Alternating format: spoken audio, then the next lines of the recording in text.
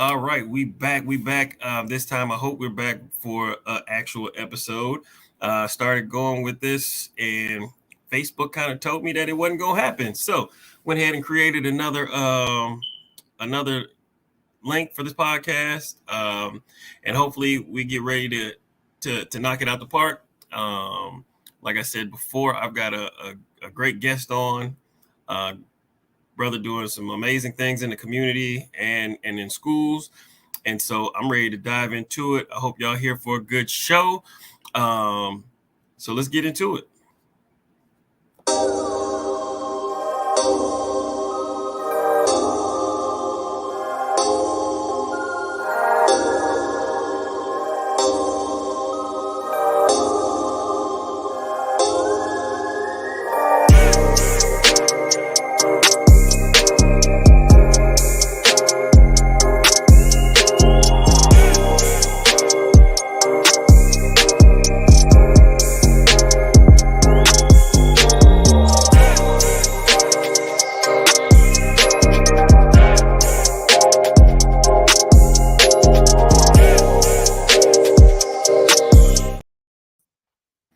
All right, like I said, we back with another episode, Fuel the Crush podcast. Let's talk about it. Season 3, episode 6. Got my main man, Paris Echoles. How you feeling, brother? What's good, bro? Feeling real good. Feeling real good. Good. How's your weekend? I have great weekends all the time, man. Any day, anytime I get here, I'm winning. I'm winning. Fair enough. Uh, do anything fun this weekend?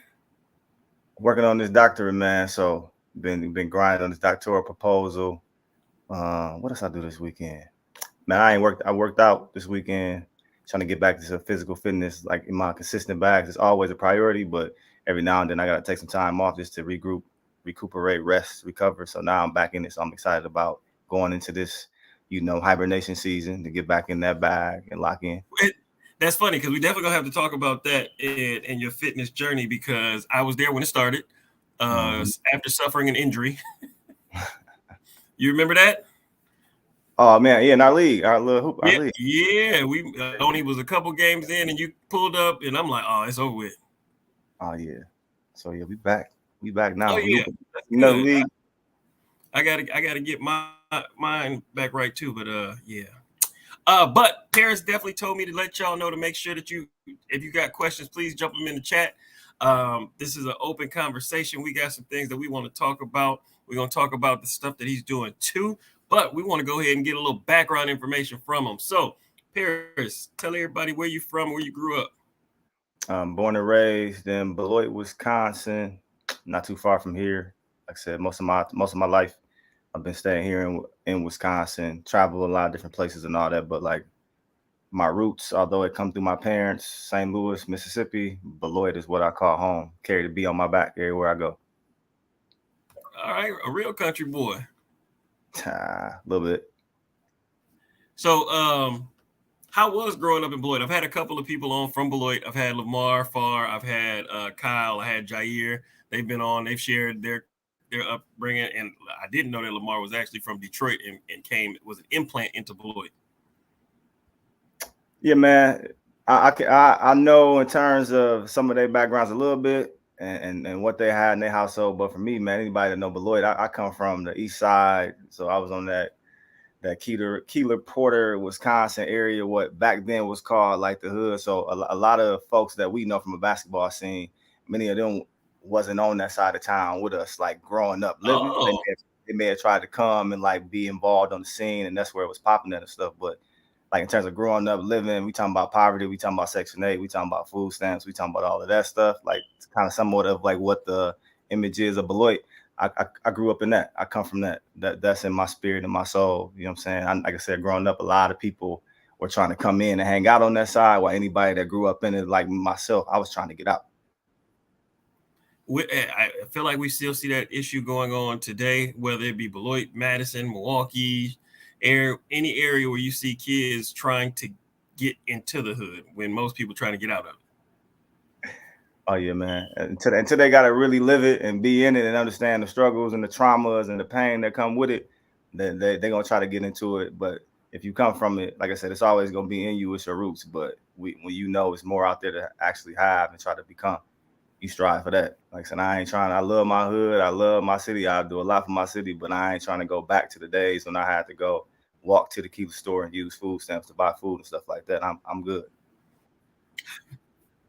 I'm talking about the paper kind too. All I ain't right. talking about So, oh, the joints with the colored the, numbers and stuff. yeah, the brown was the Yeah. dollar. I'm about that Yes. one. Yes, sir.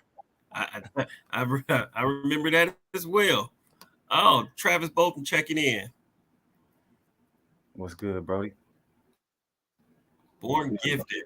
Cool, cool, cool. All right. So what was so we know there's a lot of different ways that we try to put our kids and ourselves into stuff to keep us out of trouble. Did you grow up playing any sports? And if so, what sports did you grow up playing? Played basketball super early. I said I was at the boys. I was a boys and girls club kid. So at that time it was a boys club. So I've been at the boys club since six hooping. Play football around the neighborhood at at the Summit or at Merrill, stuff like that in the fields. But I ain't started playing organized football until eighth grade. So basketball and football. Okay. Um, now, were you able to kind of like form bonds at that early age, whether it was with adults or other peers that might have served as like some positive influences growing up? Oh yeah, super early. Early. A lot of my main circle, my crew of guys, all originated from basketball in Beloit, right? So getting to know them, I said most, if not all of them, was on the west side of Beloit. So a lot of the things I learned, what was possible, was based on like what I seen going into those spaces with them, and like them kind of as I thank them now as an adult. It's like, man, I appreciate y'all welcoming me into like y'all homes, y'all spaces. Things like little things that people take for granted, like a pantry, right, and like it being stocked with food and all of that. I remember going to my guys' side. They had two-parent households. They working at GM, Chrysler, stuff like that.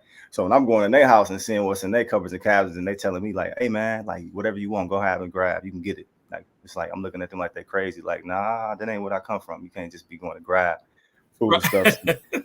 So definitely You my guys, they families, their parents. I think you just said Travis' name. His dad was a huge person in my world, like, in terms of making sure I was straight, especially in some financial ways. I got my godparents, Angela and Darian Snow, who kind of like took me in as a teenager and was like, all right. They both went to Jackson State HBCU, so that they were the ones who kind of came in with like this knowledge of college and living bigger than what you see in Beloit. Uh, and then it's yeah. an influence of people. I mean, I go over, we talking about my mom throughout this whole entire piece. That's gonna come up in my family. Very influential. And then I would say, like, man, like media.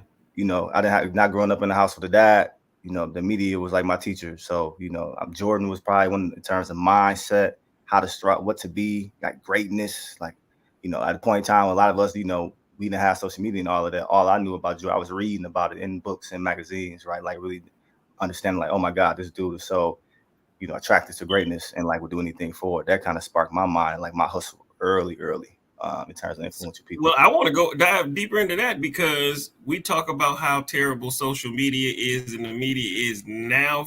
But you talked about it from a positive standpoint, like the things that you saw, you found a way to channel it in a positive way.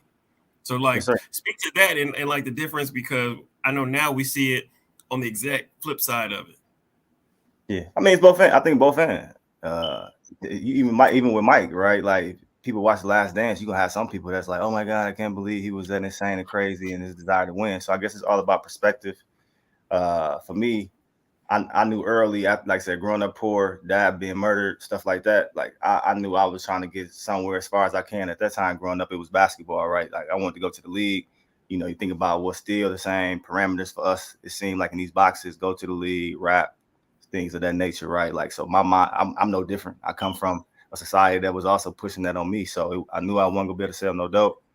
I knew I wasn't trying to rap, get involved in music yet. So for me, it was like I'm gonna play ball, and then so I try to look at all the individuals who were great at what they did and try to emulate and do what they did. I think So our so young, you and I think our kids are still doing that. Like we may not like what the culture is doing and what it's looking like and all of that, but in many ways, like they still trying to emulate a sexy red because sexy red is still successful. And they can identify themselves within her. No, that's real. That's a different perspective. Now, how did you end up with that positive perspective? Because clearly it sounds different than most of what we hear today. Because you found like you literally have found the good even in Sexy Red. And I know everybody be tired of her songs being on there, Yeah. but you still found a positive way to spin it. So like where does that come from? Oh man, knowing that society in any way, shape, or form will try to tear us down and like not help us see the brilliance and the beauty of who we truly are. So that's my perspective. It's enough of individuals, systems, institutions showing everybody else the bad stuff of us. So I'm always trying to figure out what's that positive, what's that perspective. And I think I attribute that to, my faith, And, and you were life. and you were like that as a kid too? Oh man, yeah. Me and my mom talk about it all the time, bro. Like, as early as 9 years old, I was in the house. I was babysitting. I was getting woke up in the morning. My mom went to work. I'm going in her room, laying next to her bed on the phone. She calling me. I'm getting up, making the bed. Boom, jumping over, getting my sisters and siblings up. We getting ready for school. And she'll tell you to this day, I can't even remember a time where I really complained about it, or really was. You got some people who do that now and they put it on their shoulders and hate it. My mom got me doing this. I can't believe them. It's not my responsibility. And from a very young age, my social intelligence had me in the place I realized, like, man, she by herself. She raising 3 kids. I got to do something to help. So my biggest thing for me was like, stay out the way. She ain't got to worry about me doing what I'm doing. That way she can handle everything else around us.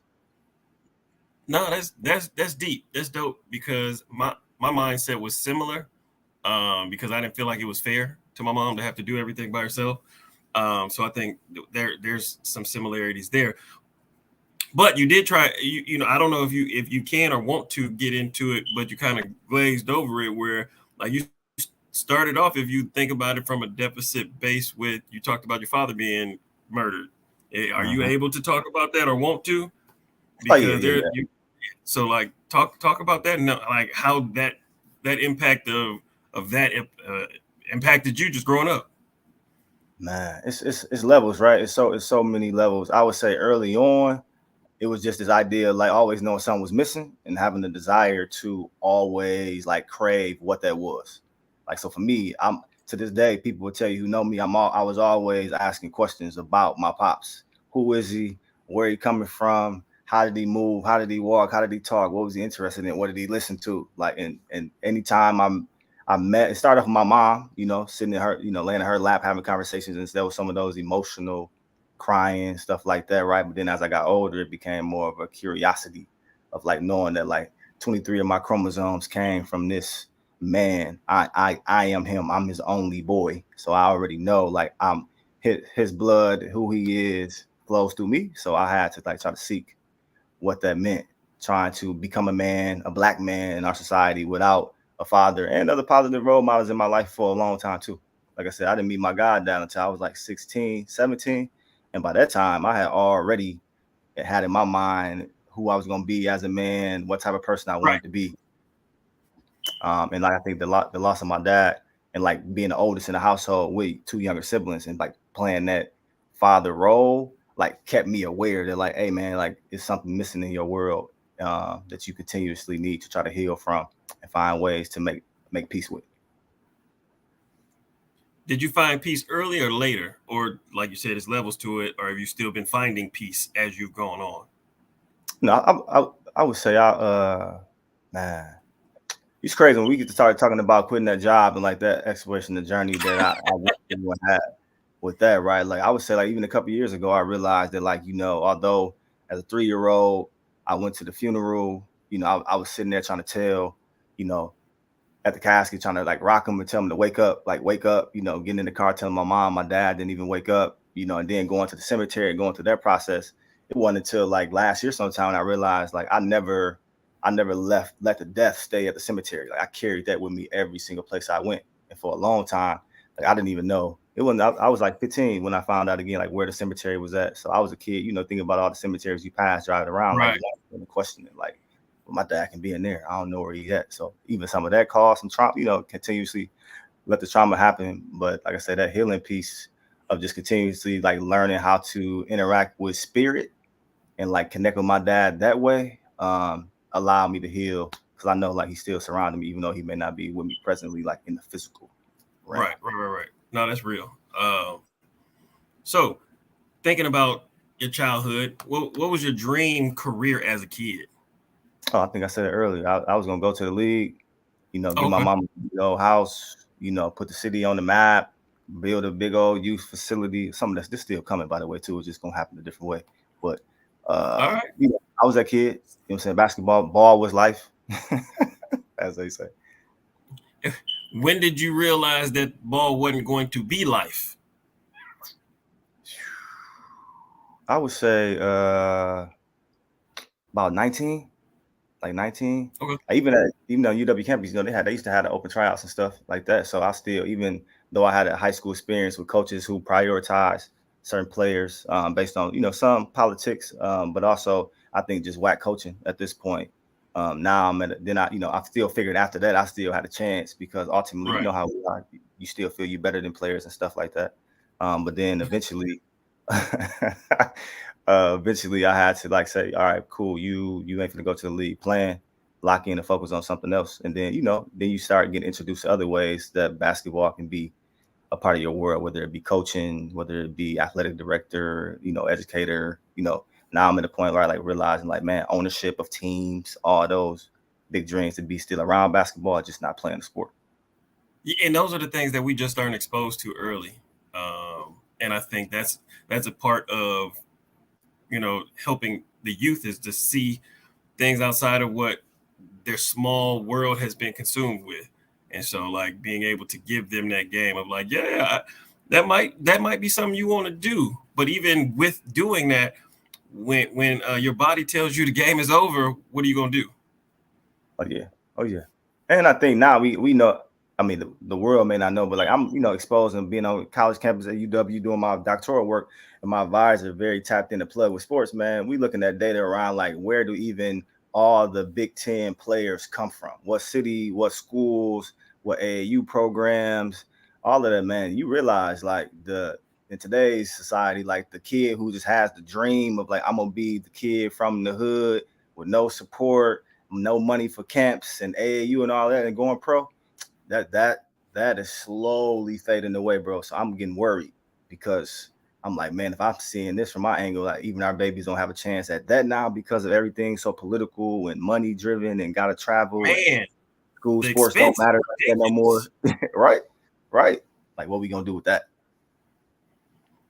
Yeah, that's true. That's true. So, as it sounds like the perfect transitional segue, um, talk about the importance of education and your views on how you viewed it when you were younger versus like how you view it today.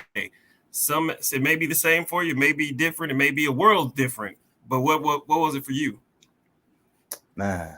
My mom prioritized education early off the jump, man. Like we knew it wasn't no uh not going to school. We work together as a father, man. So you know how some of the stories we hear, the parent that can't get that kid out the bed, or the parent that, the kid was telling them I'm not going to school and all of that. That wasn't I'm not that crazy. I knew from the jump that like school was to be handled. So it was some of my mom. I think the other piece of it was I was the oldest in the house. And again, being first generation all the way throughout and everything, a lot of responsibility I put on myself to be like, I want to be dope at this. I want to do this well, so that they know they can do it also. And then my mom, being a single mom, last thing I wanted her to do, which is sometimes she had to do for my sister, who like my Irish twin, we 11 months apart. I didn't want her coming to school to have to deal with parents doing something or getting in trouble. But my high school self, and thinking about just the energy was still there, grades were still decent and all of that. But I was dealing with a lot of stuff coming again. I think I just now starting to realize how much just like poverty and wanting to run away from poverty and stop being poor like contributed to like the school success and all of that, because I was just trying to get away from it. So much so that I sacrificed that value and importance of education when I was 15, my sophomore year, when I got expelled from school, uh, and after football season Oh, and missing football season. Yeah, yeah, you ain't talk about that. I ain't never heard of this one. yeah, Like yeah. A lot of, that's another story for kids, especially in the roles that you've ended up being in. Have you told kids that, or do you talk about that? Because I didn't know you for some years, and this is new. yeah. I'm intimate with What did kids and you do? very open with them. Selling weed, What, man. Trying to again, not trying to be no kingpin. try to like take over the city more or less, man. Again, that poverty mindset, that trauma from that, man, to have you doing stuff you know better than. Like I got tired of asking my guys for $1 here to get a bag of cookies, or $1 to get a Fruitopia, or $1 to get a burger at Burger King at lunch. When they parents again got the, they're giving them $5, $10 every day to go to lunch. You know what I'm saying? Just here, and they ain't thinking about it twice. And here I am. I knew not to ask my mom for any money, so instead I try to take matters in my own hand, and I'm saying, it went left real quick. And by the grace of God, you have things that happen where like you get kicked out of school, get expelled from school. They went back, bro, all the way to my elementary school academic and behavior records when they were making their decision on what to do, which I think is crazy anyway, but what to do. And then I ended up getting expelled for half a year instead of a full year, because they were kind of like, man, we could tell, like, you ain't really been no troublemaker. Your grades on point. So obviously we see that this is something that you're dealing with just based on the context and circumstances of your life. Man, that's deep. That's dope. I'm glad that you got the second chance, because not all of our kids are getting these second chances, but also you got a second chance and took advantage of it. Yeah, man. Like I said, once again, thinking about basketball, I told you what my career dreams were, and then like just missing that time, and having people at that time in my life, whether they knew it or not, I had a lot of people, especially some adults, bro, that was like real nasty and mean. So when I'm sitting in the principal office, and he telling me like, now you're not gonna be able to go to college because a felon can't, get financial aid, and what are you gonna, you're supposed to be the oldest and representing your family. What are you gonna do now? I had people when I was in high school, like when I came back, like telling different committees and stuff when I was applying for different colleges, oh, he shouldn't be able to get this scholarship and things of that nature because he got expelled from school. And I ain't just talking about white folks, bro. I'm talking about black folks too. So it was an interesting time in my life, in the period, like you said, by the grace of God, I got a second chance, and I pride myself on not trying to make too many of the same mistakes more than once or twice if I can help that. So I was blessed. So sound like all skin folk ain't kin folk. Man, if they don't know that by now, that's a whole different episode. Man, right? It is another episode too, the gray areas of blackness. But we ain't gonna jump into that today. That's for another conversation. It might come up. So after graduating from high school, what were you thinking about as far as like college? Like, what were you thinking about doing? Man, like, did you always have your mindset on this one particular school, or? No, I didn't even. So I ended up graduating and going to UW-Madison. But when I was a senior, my God, that'd probably laugh, because I don't even know how much I tell him this, right? Like when I was playing sports, that's what I was on. I wanted to do that. So Beloit College, as some Cecil Youngblood was coaching at the time, he actually had said, I can come there and play basketball, and I can play football too. So for me, I was like, that's love. I'm a two-sport athlete, go to school, let me do that. But then my God died when he realized I did that Common App and then got into Madison. It was very much like, oh, no, like you finna go to the school, the education, what it is, what it's going to mean later on. You can't see that right now, but you'll thank me later type energy. So I ended up going to Madison. So I tell people all the time, when I went to Madison, I didn't visit the campus. My dorm, by the time I actually made the decision to go to UW-Madison, the public dorms, all celery, all those were already full. So that's how I ended up on Langdon, where I stayed at. But literally, got dropped off. My goddad, my parents, my mom, and then my godparents, brought me up to Madison. I had worked that summer in Whitewater, and then put my stuff in my dorm, dropped me off at the Red Gym, and said, hey, these folks here should be able to help support you at the Multi-Cultural Student Center. And that was my introduction to college. So now, taking a step back, did you ever consider HBCU just because you said your godparents went to Jackson State? Man, I just had that conversation this week, bro. We went when I was a sophomore. We went on like an HBCU trip, and I vividly remember Tennessee State as the wanting to go to that college, and like the vibe. They had a DJ outside on like campus, and like it was just popping, right? And that's the crazy part. Like that's almost like I ain't gonna say a regular everyday thing. Oh, but it happens throughout the semester frequently. It ain't maybe not no every week thing, but you'll catch it for sure once a month, maybe once every 2 weeks. It's just that kind of live atmosphere on the campus. Oh yes, sir. Like so now now knowing I know now like about HBCUs and their attendance and meeting at Jackson State because my godmom from Mississippi, my goddad from Beloit, so they met at Jackson State, and I'm just in there thinking like how the hell did they let me not experience a HBCU environment and energy? So I guess that's one of the things. If they watching this, we gonna have to sit down next time we break bread, and they're gonna have to explain to me why they didn't. they, Why they they, didn't. they probably knew you weren't gonna come back. Hey, oh, they came back at some point for sure. And what condition and what state? So Now that's a conversation. right, hopefully it wouldn't have been back after one semester. Oh no. So what was your major? Secondary education. So I went in into Madison knowing that I was going to apply to the School of Ed my sophomore year, and actually wanted to teach high school history. Before I left high school, we had a Black history teacher, a white man that taught it. I wasn't able to have Mr. Street, who was there like right prior to me getting to high school, and it's the way he taught the class and like literally just kind of from the book and gave it to us to teach ourselves. I told myself I wanted to come back to the school and I want to teach Black history in the school. So I majored in high school or secondary education with an emphasis in history. So, which is crazy because that was my route was to be a high school history teacher.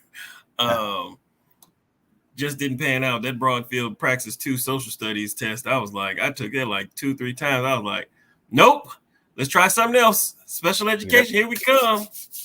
Man, so people don't understand, man. I tell people that test, it expands like the entire time of history. And this, you don't know what from the land before time all the way to the current administration. And you may have been out of school for 12 years and they still asking questions about current stuff. Yes, sir. Yes, sir. Yep. Yeah, that was a rough one for me, but I still managed to get there. That's how we ended up connecting. So talk about that next journey. Once you got out of school, did you actually teach or did you jump into administration or how did you get to administration?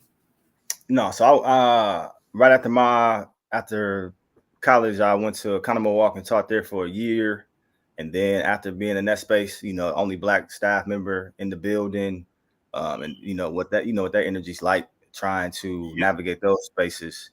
I ended up being able to get hired back at Beloit, and on my interview committee. Let me tell you about God, bro. So on my interview committee was Miss Hendricks, who was the teacher of the classroom that I got pulled out of when I got expelled from school, right? So, and then it gets better. When I actually ended up getting hired in Beloit, I ended up teaching and going back to be a history teacher in the same classroom I got pulled out of when I got expelled.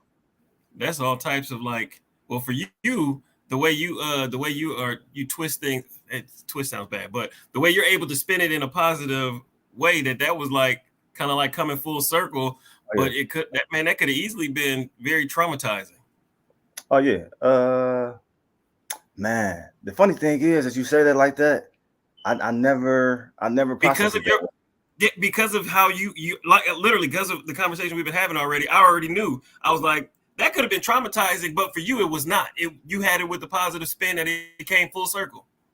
Oh yeah, and just the fact that right, like being back at home teaching, young people that I knew and remember like the energy around, just like man, I said I was gonna do this, and like I came back in 2010 is when I started teaching there. I got expelled the 2002-2003 school year was when I got expelled. So we talking about 8 years of the difference between getting. It was a fast comeback. Yes, sir. Yes, sir. So I ain't really, give it that much time, like to process like the negative, and just mostly focused on just the idea of like, you said you was gonna be like here. How dope this is. Yeah, dope. And like now let's show these folks like what it looks like to have like somebody with your energy coming in here like doing this work.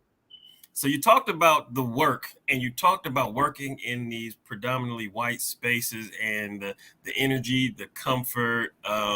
So speak to that because I want you to speak to like your time at La Follette because I also remember it was you, me, and what was the athletic director's name? Porter? Uh-huh. Mr. Yep. Porter. And I remember telling y'all before we had that meeting in that room, I was like, listen, y'all come from areas where it's predominantly spaces that look like you or can. But when you go in and have these tough conversations, be careful and mindful of how someone will take this personal and remove themselves from being white. I don't. Do you remember when that happened? Nah. Uh-uh. I promise. Like, so you guys were going back and forth. You were talking about just about the historical and the marginalized population, this, that, and the Mhm. other, and I could sense that it was getting very uncomfortable for people. And Okay. one of them teachers said, "Well, I'm not white. I'm Irish." And I looked at you. You and Porter looked at me like I thought you were playing.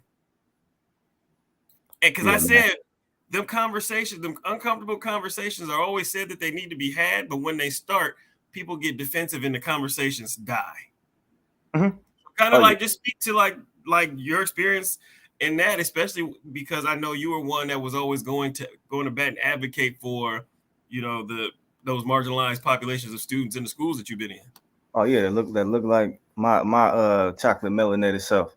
Uh Man, I gotta in order to answer that question, bro, I gotta go back, right? Like you gotta think about me as a 9-year-old doing like as I described earlier, like putting in this work to support my mom and like, essentially becoming what I know now as being like the man of the house at a young age. Me and my mom had candid conversations. Like the neighborhood I grew up in Beloit is, it's predominantly black, couple Latinx folks at that time. Um, I'm maybe a few white people, maybe, but I can't even really recall who those would have been. So my elementary school experience was super black, black principal, black teachers, all of that, man. Like my best friend growing up, his mom was was a principal at Birds, one of the elementary schools in the district. So I was in a way blessed at first, and then I started here as I got older. My mom saying things like, "Hey, when I'm gone, make sure you lock this door. Don't let nobody in this house. Don't let nobody be too loud. I know that because like these folks from CPS or these social workers are gonna come in here and take y'all from me and all of that, or just the way police presence all the time in our neighborhood, just constantly flowing through, mostly white officers, right, giving us problems and stuff like that. It was already the mindset with like, oh, how white folks treat black folks, or like how society not now the language I would use now is how society intentionally tries to put us against each other and show the stereotypes and differences so that we continue to beef and can't grow together. Now I know that, but at that time it was like, oh, white folks meant bad. You know what I'm saying? Like they'll take me from my mom. Like they don't want to help us. They want to arrest us. They want to put us in jail. Like it was that mindset. So then fast forward going into these school spaces and which were spaces that I was already in and felt some of that energy from white staff myself as a student.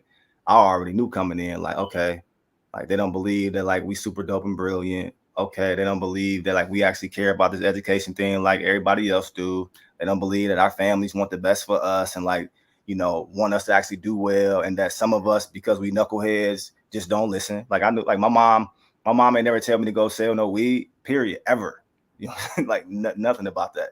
But like that decision, me making that decision and look back, they look at my mom like, what is she doing? Why is her son? You know what I'm saying? Things like that was always present and going in these schools with staff and their perspectives and implicit bias when I was in my roles in these many schools. And I've been in like 5 districts in the state. Economowoc, Beloit, Kenosha, Madison, and Verona. So I got 5 different perspectives, bro. Very different perspectives by like the different roles I've had. And you just realize, right, like And that's that something. it's more than that though. It's more than that because you've been in the forest too. Oh, well, yeah. Now you're talking about like, after. If we talking about like consulting work and all that, I've been Yeah. in it all So way, where, so yeah. yeah, yeah. So yeah, like you said, your perspective keeps changing. The more you're in different spaces, the more you get to see on the different levels. Because what you saw as a teacher is completely different than what you saw as a principal. Ish, ish. I would say the principal level of it exposed me to just how much pushback I was going to experience with adults and the system for literally trying to just do the very thing they say they want to do, which is all students, regardless of your background, succeed and have success after school. And understanding that I knew it from that classroom perspective was one, right? But like you said, once you became an Mm-hmm. administrator, you start realizing like oh man, it's this mentality is at every single level of this system. So it's not just teach the kid in the classroom, feel their mind, and then everything's great. It's like, nah, man, you like combating a lot of like deeply ingrained like systems, systematically and systemically that are present. And when you're trying to fight for your kids, you realize, I don't know if you felt it, but I started to pick up and develop like certain traumas from trying to fight for our kids, like starting to develop anxiety because not being heard when I'm trying to tell you this is what is affecting a kid, but they think they got the answers to it all and don't want to hear it. Yes, sir. Totally agree. So, uh, you were a principal, you left. I know that had to be a difficult decision. So please talk about that in the transition from, because that's going to lead into a lot of what you ended up doing. With Born Gifted, yeah, man. So I became a principal at Verona in 2021 school year. At Savannah Oaks. And that, if everybody remember, that was the year, that spring is when COVID like literally happened. So my first interview was in person. The second one was virtual. Like, so it literally was in the middle of like when COVID had just happened. Uh, running for all the things, running the school during like one of the craziest times of our lives. And I'm not just talking about from a, health perspective, but also thinking about, you got the George Floyd's, the Ahmaud Arbery, you got the Breonna Taylor happening. You got all this stuff kind of going on. You got, buddy who was a bird watching, people calling the cops. So, but they loose dog. It was a lot of racial tension happening, and or racial pandemic we were saying at that time, right? And for me to be in a space, like two things kind of happened for me that year.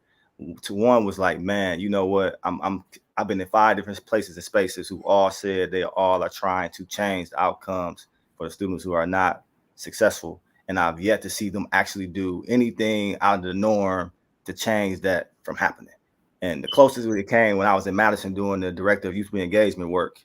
That work didn't get funded and then ended up trying to dismantle it like a couple of years later. So me being within Man, these, I talk about it all the time. People say that they want something, they see how amazing it is, but then they don't want to pay for it. You see that it works, you see the work that it's doing, you say you want it, but once the bill comes along with it, they don't want it. yeah. So for part of me, so it's like, okay, just tired of the lip service and just realizing, right, that for me, the second piece of it was why continue to put myself in these systems when I'm a firm believer of when folks talk about you do this, doing the same thing over and over and over, expecting different results. That's insanity. Like I fully believe that and embody that. So I knew it was on me at that point to make a decision. Are you going to stay in this system and continue to do the work? Or are you going to actually like bet on yourself, go out on faith and like leave with nothing after that but your faith in God that something gonna happen and pan out. Um, and at the time it was a hard decision. You start reflecting on everything. Like I didn't know that when I was making that decision. As I reflect on it now, I look at so many different aspects of my life, bro. From like growing up as a kid, what does this look like to leave? Does this mean you went into education with this fight? It doesn't mean you lost, you weren't successful. I had, oh my God, you were poor. What does it look like to like walk away from like 6 figures like to nothing because of like your sanity, your well-being, your values, your morals, your principles, what you stand on.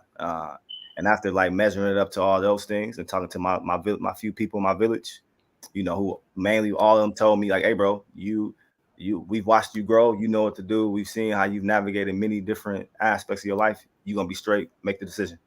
And that my 30 was right around, it was right the day of my 34th birthday.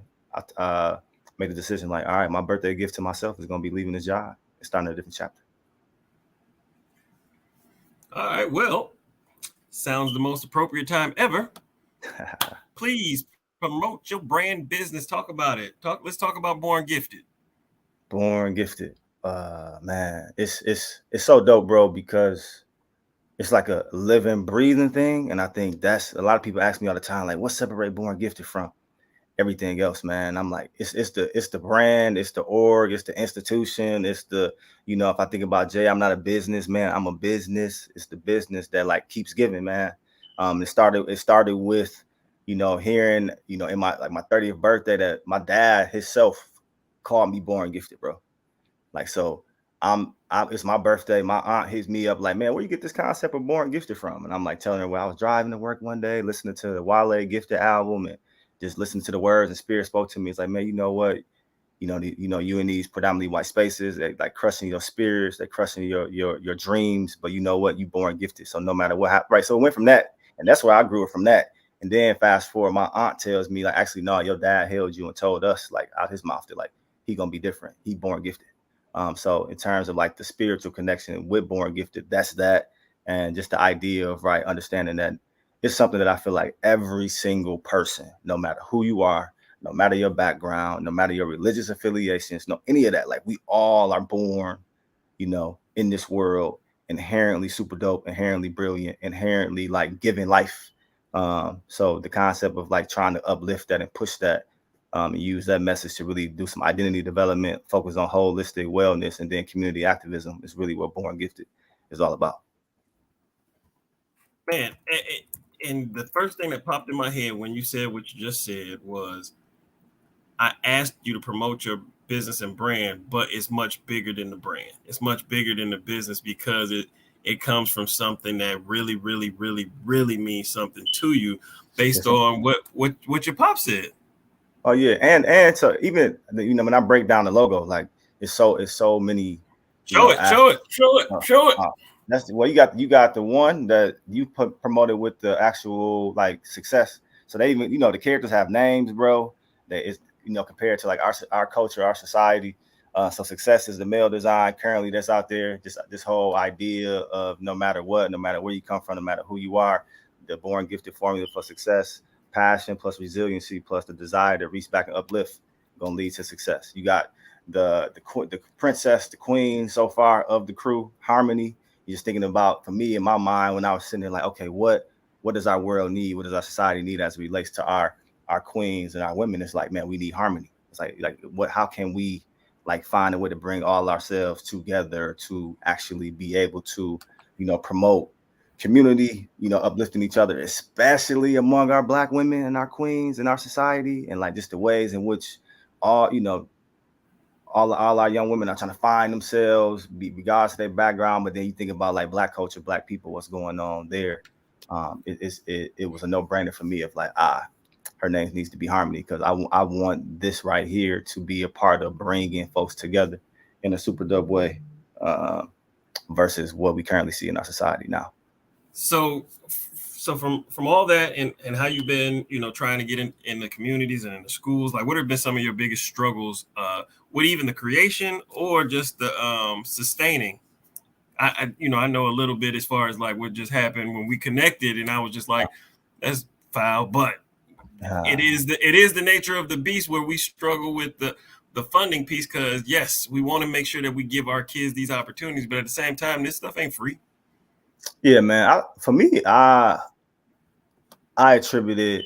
Let me say, and I'm learning. I'm learning now. Like, are they struggles? Are they like lessons in disguise? But I would say from the struggling standpoint, I'm realizing that we still live in a world, bro, where somebody literally just put it in my head and said, well, some people may not support Born Gifted with the black faces on your shirt because they may literally be existing still in the all lives matter space, so they can't support like the idea of like a black face, like my life matter too. So I had to like, and there was a white friend of mine who told me that, and I had to like really sit with that around like, here I am creating a brand in the 1.0 version of this brand, because we can talk about the other levels that's coming.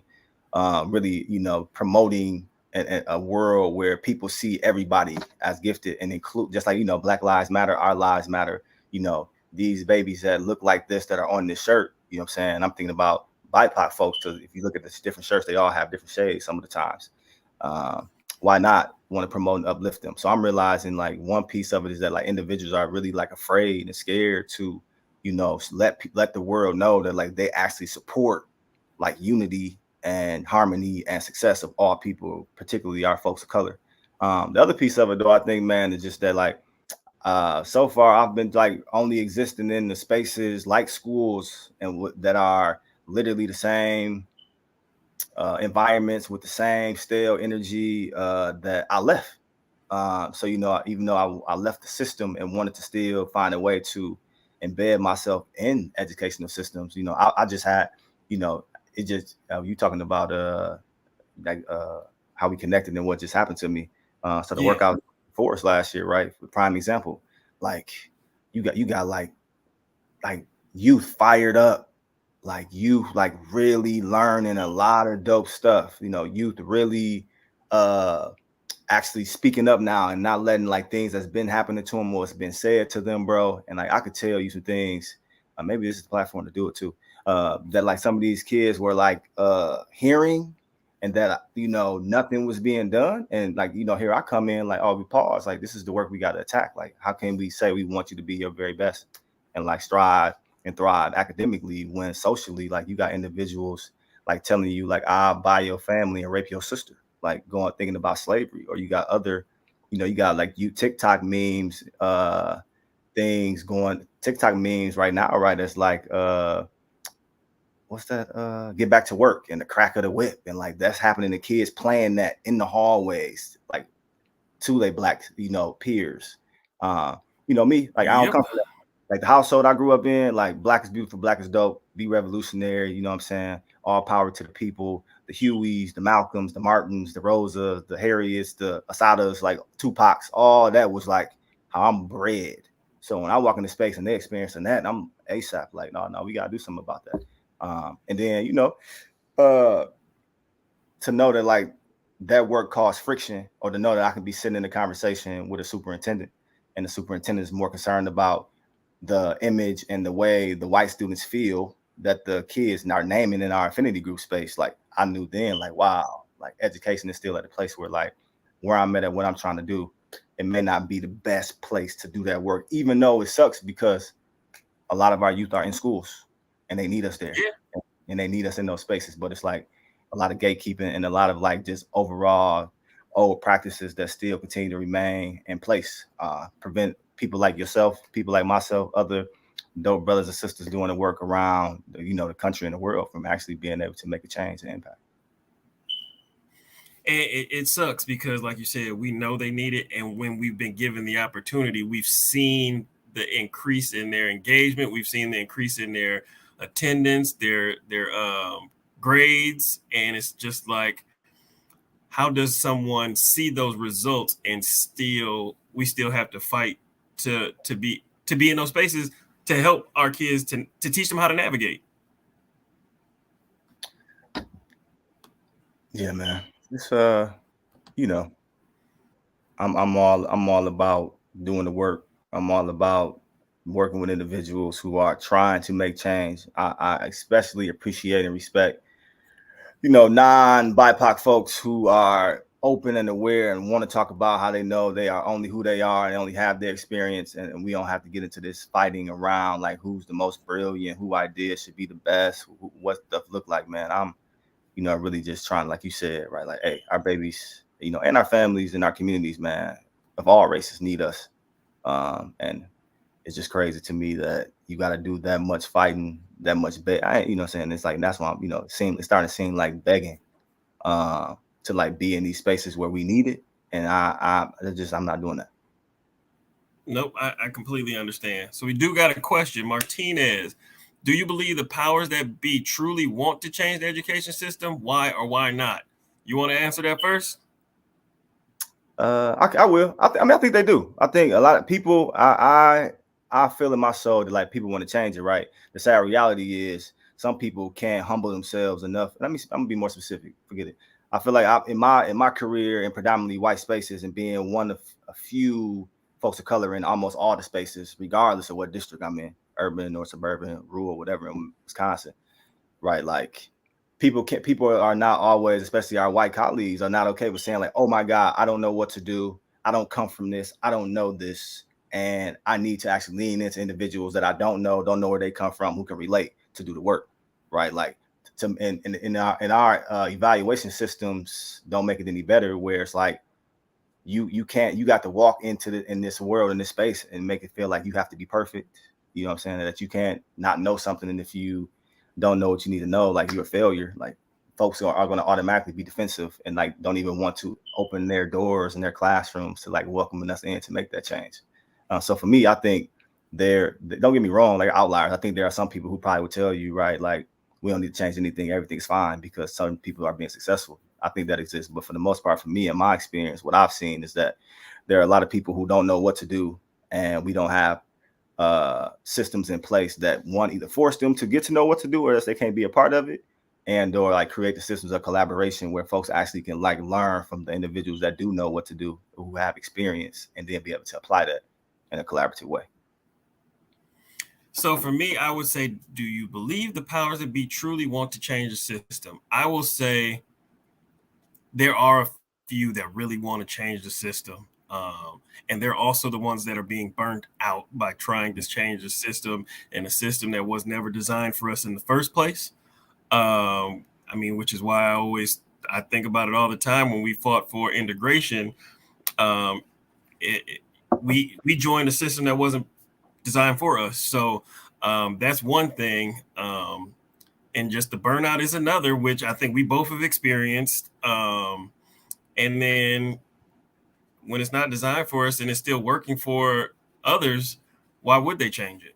So yes, I think there are a handful that really do want to, because they've learned how to navigate it, to come out on the other end, which I would say would be me, you. I know my aunt, Dr. Hicks, she's one as well, but it's a heavy load, it's a heavy burden, and sometimes I feel like we're in a fight by ourselves because we're in those spaces to try and have the conversations about the changes that need to be had, but we're alone in that fight, which I also think maybe strategically we've been isolated for it. But it's tough. It's tough, and it feels like a never winning uphill battle.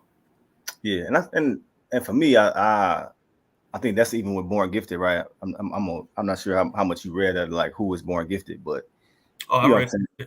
like schools are just one part, bro. And like I think I'm realizing and understanding that like there's too many interconnected pieces between all of these systems and how they operate. That like schools are easy target in our society. Yes. A lot of people like point fingers at our educational system. Don't get me wrong; those jokers in many public spaces are whack and need a lot of change. And we got dope people. Even Madison, bro, right? Like you got Gloria Lassen Billings, Dr. Billings, right over here up the street. Going to church in the And community. never invited in. Never even like tapping it. And I mean, like, not just, hey, come speak here, come talk here once or twice. Like, no, like let us sit down and you tell us, Black Queen, what we should do for our system. Like, I'm talking about that level of humility, bro. Like that's. I mean, you would think that maybe when they hire a new superintendent, or it's something at those levels for this area, that maybe they should tap into somebody that is literally down the street, that is one of the pillars of the educational world, not community, the world, the entire world. Yeah, I mean, I'm surprised though, man. Like, you think about it, like we have institutions, I mean, especially I guess institutions like education that try to tell you more about your kid, and it's your kid, and won't listen to you when you tell them about your child, and it's your child, and you kind of seeing that play out. It's like, man, we dealing with a system of like individuals really like not being able, what I'm saying, like to truly have the level of humility they need to be working with a group of people who, for the most part, are anti many systems because of how these systems have historically played out for us. Yeah, no, I get it. Please feel free to, if you got other questions, pop them in the chat. We'll go in and discuss them. This is an opportunity to pick some brains of two young brothers that are trying to do the work and trying to help the youth, but also help other people in general in the community. I know I've done some work with individuals that are older than me that have needed the push to go ahead and create that business. That's needed the push to go ahead and write that book. So if you got questions, feel free to add. I will continue to go down the list with a couple of things that I wanted to touch on for Paris as well. Like, talk about more. You said 1.0. So what else is coming? Oh, yeah. So for me, I am at a stage in the Born Gifted process. Like, a lot of people see the merch, know the merch, because that was just like kind of, promotion And the way it organically Physical happened, reminders. yeah, you know what I'm saying? And the way that happened, it's like, for me, it's like a walking affirmation, right? Like, anybody that read this shirt on you, it's like they're reminding themselves of like that born gifted is a concept and the thing. And then anybody that puts that on, once you put, we know how we are. We like to be fly, and we want to make sure we, put together. So when you put that on, you look in the mirror, you get ready to go somewhere. It's like right in front of your face with you. It's like a reminder, like, man, like, you are born gifted. So for me, it's more or less, I'm at the point now of like really trying to promote and push like what platforms born gifted as a, institution is trying to impact. What are the values that born gifted stand for, and like what we can actually like do collectively, beyond just like a black white thing, to actually make change, like, so that every single person, like I said, that is, in my mind, embodies what born gifted is about, by being able to be blessed, I mean, with air to like live and breathe. And we talk about everything from a science perspective, with like, you know 5 to 10 million sperm trying to make it to one egg, and only one making it you know what I mean? Like, that's special. You gifted already coming in. You know what I'm saying? If I want to take a Chris to my Christian folks, with that background, the very first they talk about like God gave his only begotten son, right? Like, that's a gift that you receive. So you come into the world, if you're a Christian, with that gift happening for it, like yourself. So many different angles. And then ultimately for me, I'm gonna read it off of here too, right? I want people to really understand, like, what type of issues and type of things like born gifted is intentionally trying to collaborate with people on, and actually trying to build collectively to like impact. Like, so it's a lot of them. Like, education is the first one, a complete restructuring of our public education systems to ensure equitable outcomes for all kids. Like, that's the first one. Like, that's my training. That's the roots. We all in schools, but in addition to that, like, born gifted demands the abolishment of poverty. Born gifted demands an end to the war on drugs and mass incarceration. Born gifted demands just and impartial voting rights. Born gifted demands an end to police brutality. Born gifted demands the eradication of homelessness. Born gifted demands clear air, water, and affordable, healthy food for all. Born gifted demands the end to gun violence through education and legislation.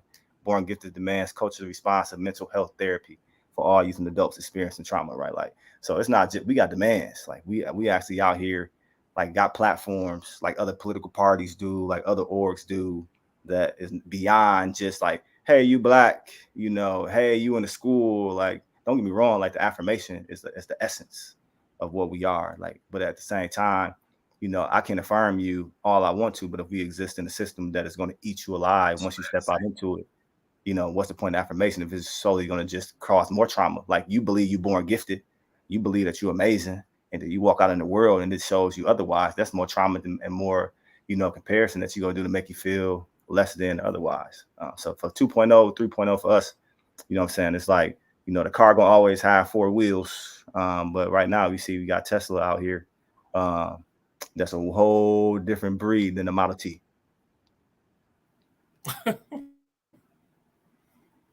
Revision, revise, and create bigger, better, deeper. So yeah, Man, I'm with it. I had a conversation though with shout out to brother Ball the Bill, man. We was talking over lunch, and even born gifted right around like the process, the evolution of like growth and change, man. Like, even within that, it's always, when you growing and changing, you always got to share something. You always gonna get something new, and it's always gonna be something that you like pulling and keeping along the way throughout the entire existence of whatever that thing is. So for me and born gifted, like, there's no difference. The reason even why I put who is born gifted, not what is born gifted, because like I said, I want people to understand and see born gifted in a personification of a As, living, as themselves. thing. Like, yes, like this, like our people, like born gifted has actual people. Like, you are a part of that. You know what I'm saying? So it's like, for me, I want every single person to see themselves and where they fit into born gifted at. And that's what I think our platforms really do set out, whether it be mass incarceration, whether it be voting, whether it be schools, whether it be, the environment, mental health. And again, we ain't talked a lot about it, but like this whole piece of like wellness, holistic wellness, a lot of people don't know, which I haven't really shared a lot, right? Like, through my time in education. And I would probably say like my adverse childhood experiences and all of that stress, right? Like, I developed an autoimmune disease because of like life. And I'm just like, man, what can I do so that other folks don't understand and have to go through some of these things, especially in the health lane? Woo. Because while also like developing the autoimmune disease. I've also been healing myself through my like health choices that I've been doing when you go to a doctor and they tell you you're just going to be on these pills for the rest of your life, that's going to actually make things worse and just slowly kill you as well. All right, spitting. Um, you're 36. Damn, you old. Mm.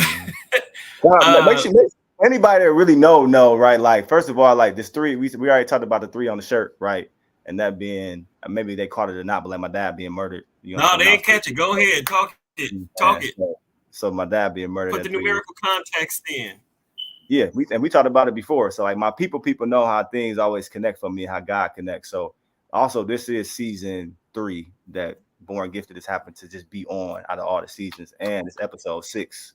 So you talking about I'm 36 and this is episode 3, 3-6. I'm like, okay, I'm where I'm supposed to be at, like God and the ancestors speaking to me. You know what I'm saying? So uh I know I'm in the right place, right time. 36. Oh Yeah, yeah, that's me. perfect timing. Because we've been trying to connect for a long time, but we here now. So like I said, you're hitting those older numbers in years lived on this earth, and you've had a lot of experiences. You've learned a lot. Knowing what you know now, what would be something that you would tell your younger self is like a preparation for what's coming in life? That's my favorite question. That's my favorite question. To give people, not to answer. I'm over here like I asked it so much to other people. I failed to answer it myself. What would I tell my younger self?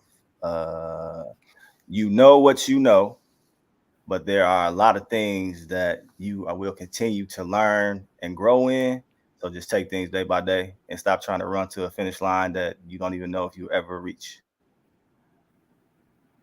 That's what I tell my younger self. Like again, I told you I was a person that like hated my upbringing with a passion. Like I used to like the people that used to like want to like hang around my neighborhood and thought that was cool and all that. Like I disliked them, many of them, because I'm like, you don't understand the struggle and pain that come with being in this over here. So for me, I was like constantly running, trying to get away from it. But like Diddy said, I finally realized as at a 36-year-old, one of the things Diddy said was I was running so fast trying to get to my goals that I didn't take time along the way to like appreciate what I was doing and accomplishing along the way. And for me, Yeah, man. So I want is that something that we do because we've tried to escape a certain life or have dreams and goals for what it is we want to get to, that we don't celebrate ourselves and the things that we've done. I know for a fact I was somebody that never did for a long time.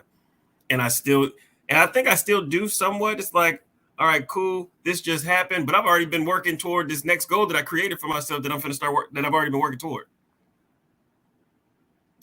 oh yeah, man. I mean, for me, this the learning and thinking about, like you said, younger self to now is really understanding that everything happens for a reason, and like the things you're going through now are part of the lessons that you need in the next chapter. And if you don't take the time to like really sit in and like appreciate like both, the experience of life, so you got your ups and your downs, like you're gonna miss something.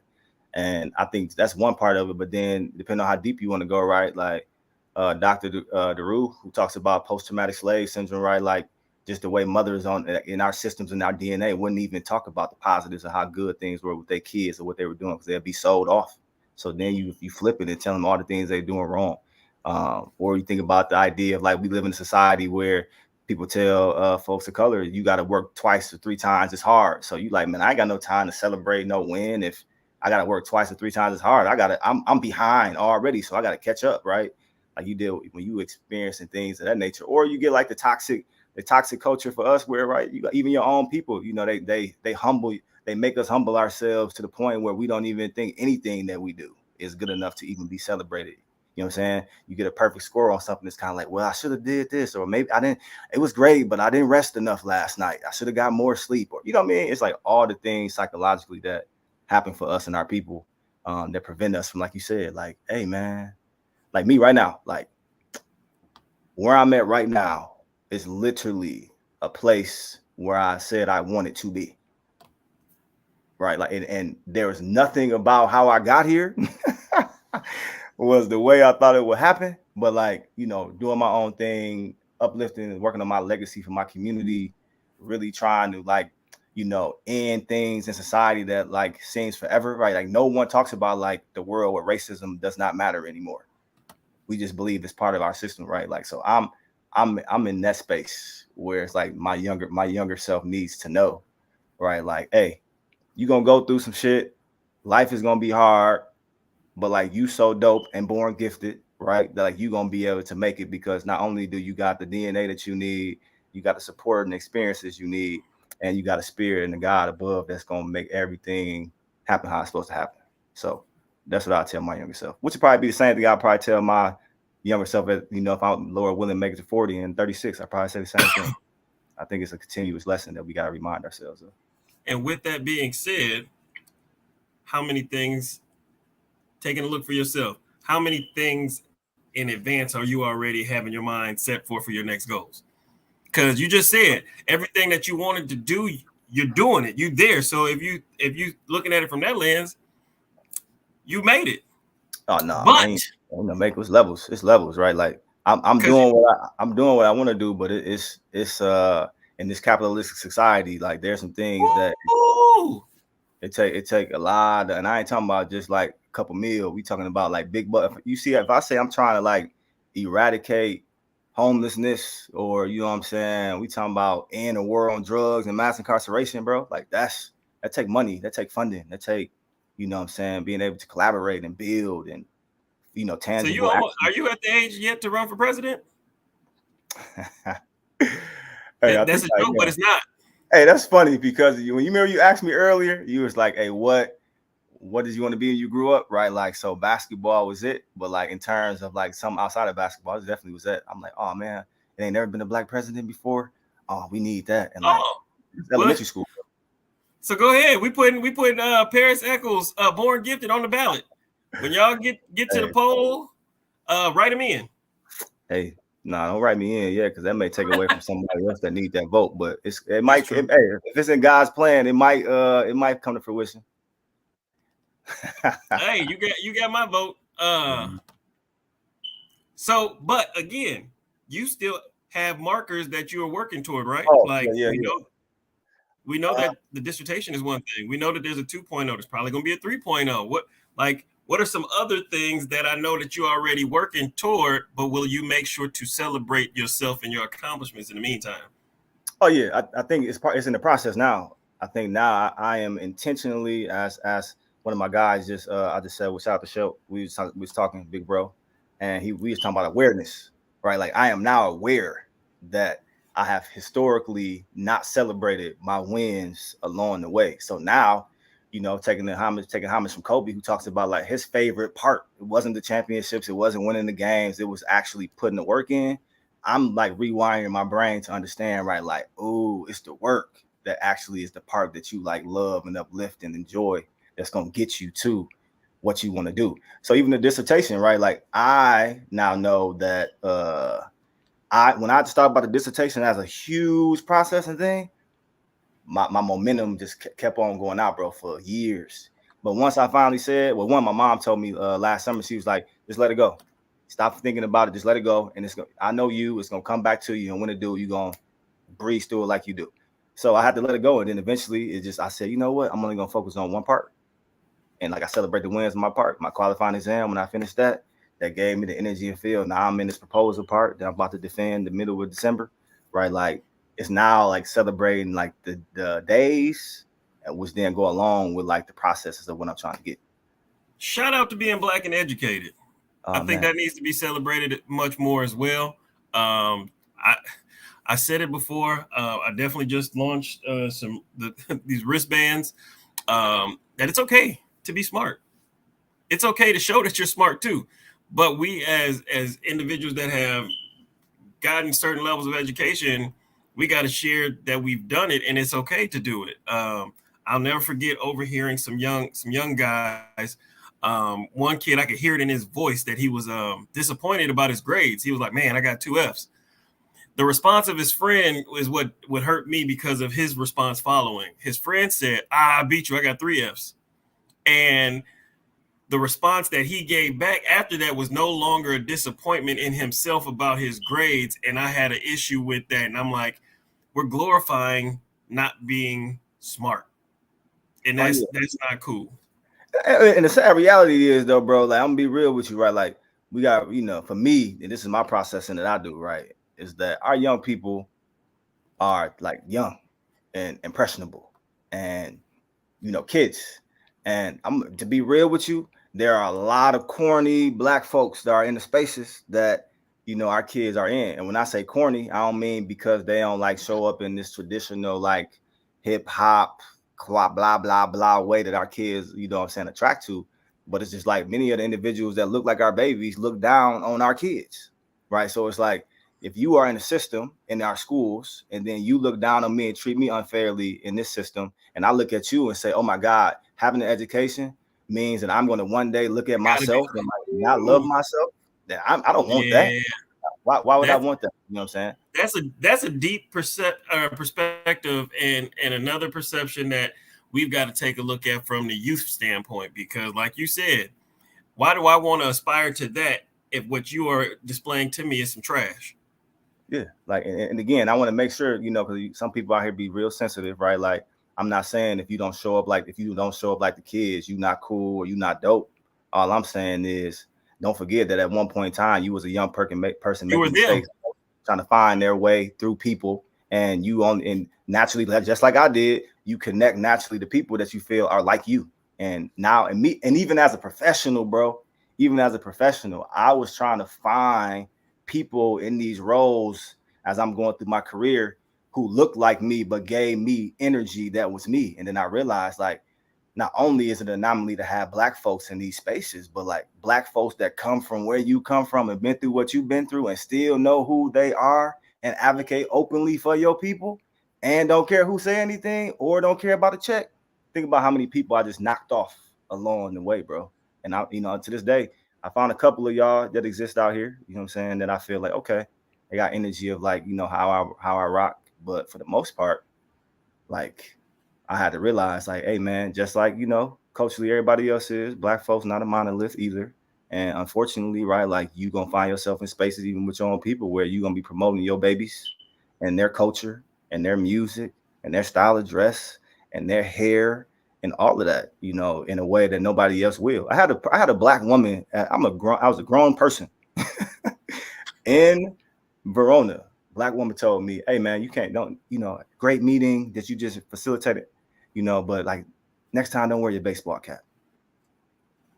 And the caveat, bro, was this was in the summer when school was out. So even though I would wear it when school was in, right? Like this was like it wouldn't even know it was we out of session. So when I, luckily I'm at a place in my life now, I understand where that's coming from, what I'm saying, respectability, politics, generations and all of that. You know what I mean? But for me, I'm really trying to like understand this concept of right, like, don't blame our babies.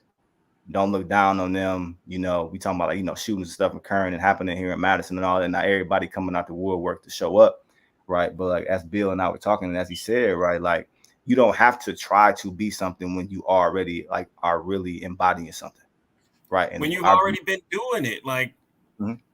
we aren't just now showing up because tragedies happen. We've been here.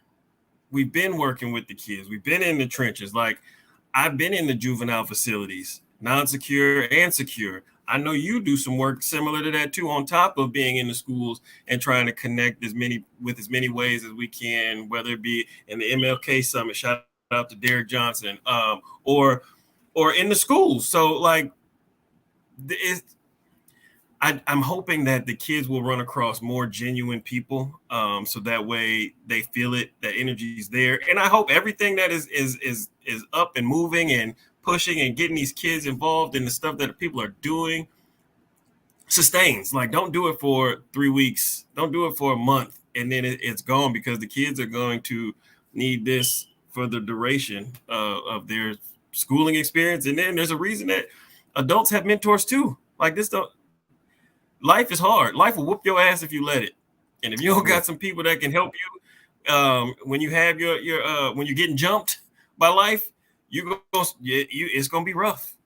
Oh yeah, I'm gonna tell you. Yeah, you said life. If you let it, no, life is going to whoop your ass. Like, and many of us, I guarantee you, every single person, no matter what age they are on this podcast, have had their ass whooped by life in some way, shape, or form. Right? Like, and I'm like, man. it's not about the whooping, because you're gonna get the whooping.